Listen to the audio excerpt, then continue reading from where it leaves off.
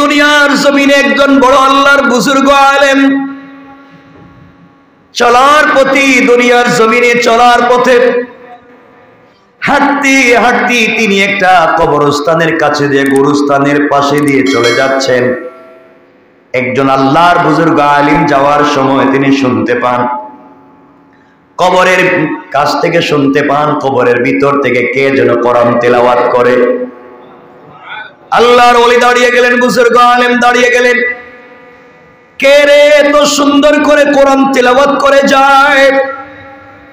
আমি একা একা হেঁটে যাই, কার কণ্ঠে এত সুন্দর কোরআন তেলাওয়াত শোনা যায়? আল্লাহর ওলি দাঁড়িয়ে গিয়েছেন, খুঁজতে লাগলেন কে যেন কোরআন তেলাওয়াত করে যায়। খুঁজতে খুঁজতে তিনি কোথাও পেলেন না, কাউকে খুঁজে পেলেন না। একটা গোরস্থান খুঁজে দেখা যায় কোনো মানুষ নাই। আল্লাহর ওলি চক্ষু বন্ধ করলেন, মুরাকাবায় বসে গেলেন। মুরাকাবায় কাশফ হয়ে গেল, তিনি দেখতে পেলেন একজন ব্যক্তি কবরের ভিতরে বসে বসে কবরের ভিতরে কোরআন তিলাওয়াত করে যায়। আল্লাহু আকবার, জোরে বলে। তিনি জানতে চাইলেন, কবর থেকে জবাব তিনি জানতে চাইলেন, তুমি এখানে বসে বসে কোরআন তিলাওয়াত করার কারণ কি? আল্লাহর গোলাম জবাব দিচ্ছে, বাইরে আমি পৃথিবীতে ছিলাম একজন কোরআনের হাফেজ। পৃথিবীতে কোরআনের সঙ্গে আমার বড় সম্পর্ক ছিল। মানুষ পুরা বছরে এক খতম কোরআন তেলাওয়াত করতে পারতো না, আর আমি প্রতিদিন 2 খতম কোরআন তেলাওয়াত না করে ঘুমাই না। সুবহানাল্লাহ। তো আসতে বললেন, আর একটু জোরে বলা লাগবে। সুবহানাল্লাহ, আরো জোরে পড়েন। 2 খতম কোরআন প্রতিদিন। এইভাবে আমার চলতে লাগলাম। আমি আল্লাহর কাছে দুনিয়ায় জীবিত থাকতে দোয়া করে বলেছি, আল্লাহ, আমি যদি ইন্তেকাল করে কবরে চলে যাই, তোমার কাছে আমি কিছুই জানতে চাইব না, কোনো জিনিস চাইব না। আয় আল্লাহ তাআলা, তুমি শুধুমাত্র কেবলমাত্র আমাকে দুনিয়ায় যেভাবে কোরআন তেলাওয়াতের সুযোগ দিয়েছো, কবরেও তুমি আমাকে কোরআন তেলাওয়াতের সুযোগ দিবা। আল্লাহর ওলিতে জানতে চাইলেন, গোলাম কি বলতে চাও বলো?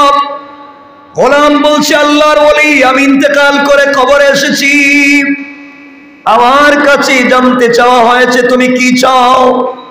আমি আমার জীবনে বেঁচে থাকবার সেই কথাটাকে স্মরণ করিয়ে দিয়ে বলছি, আল্লাহ তাআলা, আমি আর কিছুই চাই না, আমি এই কবরের ভিতরে কোরআন তিলাওয়াত করতে চাই। এইভাবে কোরআন তিলাওয়াত করে যাই। অনেক দিন থেকে কোরআন তিলাওয়াত করে যাচ্ছি, আজ পর্যন্ত কোরআন তিলাওয়াত করেছি কমপক্ষে 5 থেকে 8 হাজার খতম। আরো জোরে পড়েন। 5 থেকে 8 হাজার খতম কোরআন কবরের ভিতরে আমি তিলাওয়াত করতেছি। এভাবেই আমার দিন চলে যায়। আল্লাহর ওলি কথাগুলো শোনা মাত্র দাঁড়িয়ে বললেন, সুবহানাল্লাহ। আল্লাহু আকবার বলেন। সুবহানাল্লাহ বলার সাথে সাথে কবরের ভিতরের ব্যক্তি কান্নায় ভেঙে পড়েছে, ডাক দিয়ে বলেছে, আল্লাহর ওলি, আপনার পায়ে ধরি, আমি 8000 বছর কোরআন তিলাওয়াত করেছি, ওই তেলাওয়াত গুলো আপনি নিয়ে নেন, আর আপনার ওই 1 সেকেন্ডের সুবহানাল্লাহর সওয়াবটুকু আমাকে দিয়ে দেন। আল্লাহর ওলি জানতে চাইলেন, যুবকরে, তুমি 8000 বছরের কোরআন তেলাওয়াত আমাকে দিয়ে দিতে চাও, আর আমার 1 সেকেন্ডের সুবহানাল্লাহ নিয়ে নিতে চাও, কারণ কি জানতে চাই? যুবক জবাব দিচ্ছে, আল্লাহর ওলি, কবরের ভিতরে দীর্ঘদিন থেকে 5 থেকে 8 হাজার বছর 5 থেকে 8 হাজার খতম কোরআন তেলাওয়াত করেছি, 1 পয়সার সওয়াব হয় নাই। আর আপনি যে একবার সুবহানাল্লাহ বলেছেন, আমার 8000 খতম কোরআন তিলাওয়াতের চাইতে 1 কোটি গুণ বেশি সওয়াবের মালিক হয়ে গিয়েছে। এই দুনিয়ায় আমরা যারা এখনো বেঁচে আছি, আল্লাহ আমাদেরকে বাঁচিয়ে রেখেছেন। এটা হচ্ছে, এই জগৎ হচ্ছে আমলের জগৎ। এই জগৎ কিসের জগৎ? আমলের জগৎ। আমি আপনি বেঁচে আছি এখনো আমলের জগতে। এর অর্থ হলো চাইলে আমল করতে পারি কি পারি না? ওর সাথে কথা বলেন, পারি কি পারি না? আর কবর থেকে যেই জগৎ শুরু হবে, এই জগৎ হচ্ছে প্রতিদানের জগৎ। এখানে আমলের আর সুযোগ নাই, যা এখানে করছি তা এখানেই পাবো। এবং এখানে কে কি করতেছি তো আমরা জানি, যা করছি ওখানে তা পাবো, কোনো সন্দেহ নাই। আল্লাহ বলছেন ওয়াত্তাকু ইয়াওমান তুরজাউনা ফীহি ইলাল্লাহ সুম্মা তুওয়াফা কুল্লু নাফসিন মা কাসাবাত ওয়া হুম লা ইউজলামুন। ওয়াত্তাকু ইয়াওমান তুরজাউনা ফীহি ইলাল্লাহ, তোমরা ভয় করো ওই দিনকে যেদিন আমার কাছে তোমরা ফিরে আসবে। সুম্মা তুওয়াফা কুল্লু নাফসিন মা কাসাবাত ওয়া হুম লা ইউজলামুন। ওই দিন তোমাদের সরিষার দানা পরিমাণ সকল কাজের হিসাব আমার কাছে দিতে হবে। আমি কোন জুলুম করব না, যে যা করছো তা ওই দিন তাই পাইবা।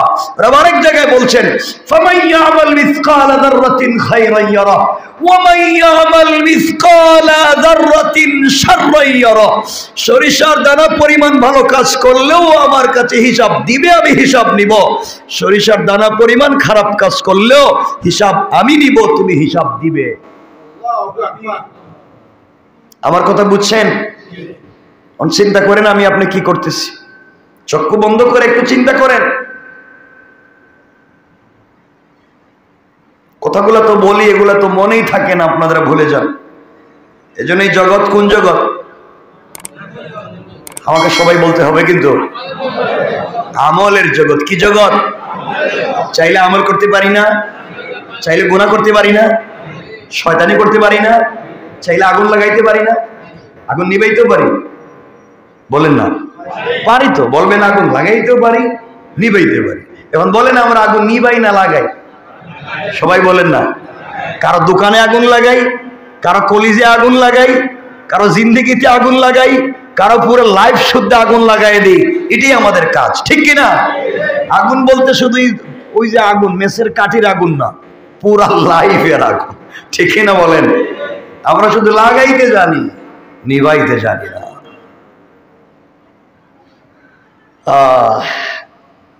কথাগুলো মনে রাখবেন আমার মুসলমান বন্ধুগণ। কথাগুলো দিল দিয়া শুনেন কি বলতে চাই। এই দুনিয়ার জমিনে একজন বড় আল্লাহর বুজুর্গ আলেম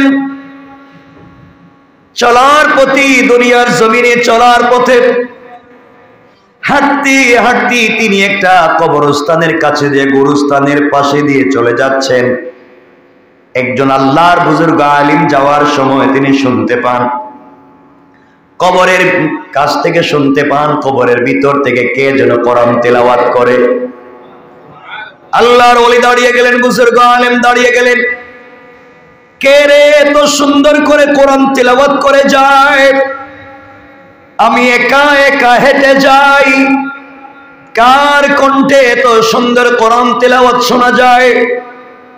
আল্লাহর ওলি দাঁড়িয়ে গিয়েছেন, খুঁজতে লাগলেন কে যেন কোরআন তিলাওয়াত করে যায়। খুঁজতে খুঁজতে তিনি কোথাও পেলেন না, কাউকে খুঁজে পেলেন না। একটা গোরস্থান খুঁজে দেখা যায় কোনো মানুষ নাই। আল্লাহর ওলি চক্ষু বন্ধ করলেন, মুরাকাবায় বসে গেলেন। মুরাকাবায় কাশফ হয়ে গেল, তিনি দেখতে পেলেন একজন ব্যক্তি কবরের ভিতরে বসে বসে কবরের ভিতরে কোরআন তিলাওয়াত করে যায়। আল্লাহু আকবার জোরে বলে। তিনি জানতে চাইলেন, কবর থেকে জবাব তিনি জানতে চাইলেন, তুমি এখানে বসে বসে কোরআন তিলাওয়াত করার কারণ কি? আল্লাহর গোলাম জবাব দিচ্ছে, বাইরে আমি পৃথিবীতে ছিলাম একজন কোরআনের হাফেজ, পৃথিবীতে কোরআনের সঙ্গে আমার বড় সম্পর্ক ছিল। মানুষ পুরা বছরে এক খতম কোরআন তেলাওয়াত করতে পারতো না, আর আমি প্রতিদিন 2 খতম কোরআন তেলাওয়াত না করে ঘুমাই না। সুবহানাল্লাহ। তো আসতে বললেন, আর একটু জোরে বলা লাগবে সুবহানাল্লাহ, আরো জোরে পড়েন। 2 খতম কোরআন প্রতিদিন। এইভাবে আমার চলতে লাগলাম। আমি আল্লাহর কাছে দুনিয়ায় জীবিত থাকতে দোয়া করে বলেছি, আল্লাহ আমি যদি ইন্তেকাল করে কবরে চলে যাই, তোমার কাছে আমি কিছুই জানতে চাইব না, কোনো জিনিস চাইব না। আয় আল্লাহ তাআলা, তুমি শুধুমাত্র কেবলমাত্র আমাকে দুনিয়ায় যেভাবে কোরআন তেলাওয়াতের সুযোগ দিয়েছো, কবরেও তুমি আমাকে কোরআন তেলাওয়াতের সুযোগ দিবা। আল্লাহর ওলিতে জানতে চাইলেন, গোলাম কি বলতে চাও বলো। গোলাম বলছে, আল্লাহর ওলি, আমি ইন্তেকাল করে কবরে এসেছি, আমার কাছে জানতে চাওয়া হয়েছে তুমি কি চাও। আমি আমার জীবনে বেঁচে থাকবার সেই কথাটাকে স্মরণ করিয়ে দিয়ে বলছি, আল্লাহ তাআলা, আমি আর কিছুই চাই না, আমি এই কবরের ভিতরে কোরআন তেলাওয়াত করতে চাই। এইভাবে কোরআন তেলাওয়াত করে যাই, অনেক দিন থেকে কোরআন তেলাওয়াত করে যাচ্ছি, আজ পর্যন্ত কোরআন তেলাওয়াত করেছি কমপক্ষে 5 থেকে 8,000 খতম। আরো জোরে পড়েন, 5 থেকে 8,000 খতম কোরআন কবরের ভিতরে আমি তেলাওয়াত করতেছি। এভাবেই আমার দিন চলে যায়। আল্লাহর ওলি কথাগুলো শোনা মাত্র দাঁড়িয়ে বললেন, সুবহানাল্লাহ। আল্লাহু আকবার বলেন। সুবহানাল্লাহ বলার সাথে সাথে কবরের ভিতরের ব্যক্তি কান্নায় ভেঙে পড়েছে, ডাক দিয়ে বলেছে, আল্লাহর ওলি, আপনার পায়ে ধরি, আমি 8,000 বছর কোরআন তেলাওয়াত করেছি, ওই তেলাওয়াত গুলো আপনি নিয়ে নেন, আর আপনার ওই 1 সেকেন্ডের সুবহানাল্লাহর সওয়াবটুকু আমাকে দিয়ে দেন। আল্লাহর ওলি জানতে চাইলেন, যুবকরে, তুমি 8,000 বছরের কোরআন তেলাওয়াত আমাকে দিয়ে দিতে চাও, আর আমার 1 সেকেন্ডের সুবহানাল্লাহ নিয়ে নিতে চাও, কারণ কি জানতে চাই।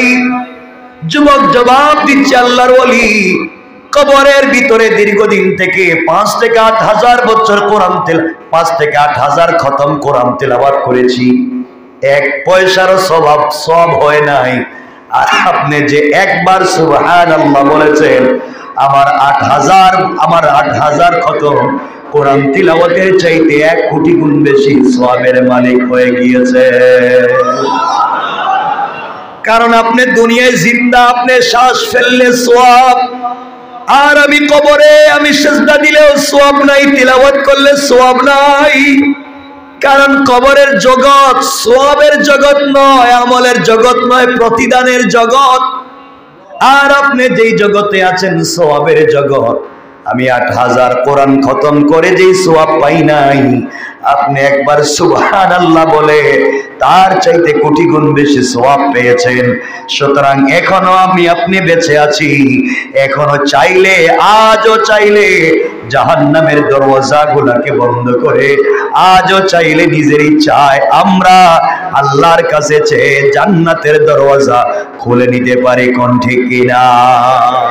ঠিক কিনা বলেন?